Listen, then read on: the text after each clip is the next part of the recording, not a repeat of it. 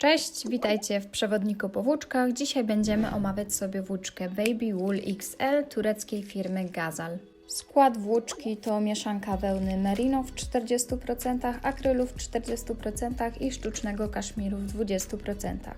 Robocza nitka składa się z 4 cieniutkich niteczek, dobrze ze sobą skręconych, dzięki czemu praca z włóczką jest łatwa, ponieważ nitka włóczki się nie rozwarstwia i nie gubimy poszczególnych nitek przy wykonywaniu naszych splotów. Baby Wool XL zwijana jest w 50-gramowe motki, a długość nawoju to 100 metrów. Producent zaleca użycie szydełka 3 mm, ale z powodzeniem można pracować szydełkiem grubszym, np. 3,5, 4, a nawet 4,5 mm.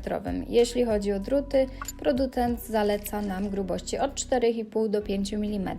Włóczka jest bardzo miękka i gładka. Zawarta w niej 40% wełna sprawia, że zrobione z niej czapki, szaliki, rękawiczki czy swetry są nie tylko miłe w dotyku, ale przede wszystkim doskonale ochraniają nasze ręce i głowy przed zimnem. Kolory włóczki są wyraziste, nasycone, a zawarty w nich kaszmir dodaje im lekkiego połysku. Jeśli chodzi o prucie, to nie ma z tym najmniejszego problemu. Jeśli dopiero się uczycie pracy z szydełkiem czy z drutami, sami możecie zobaczyć, że nitka się nie mechaci i pruje się ją bardzo łatwo.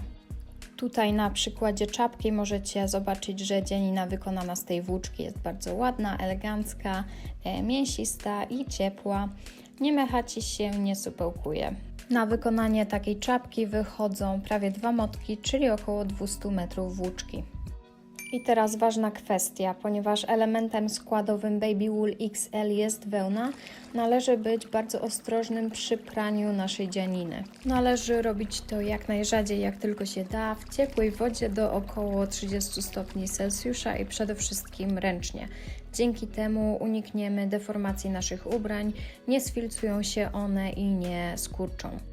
Jeśli chodzi o suszenie, no to nie trzeba być jakoś bardzo restrykcyjnym, natomiast ostrożności nigdy za wiele, dlatego na przykład zamiast wykręcania wody polecamy jej wyciskanie, żeby nic nie stało się z naszą dzianiną.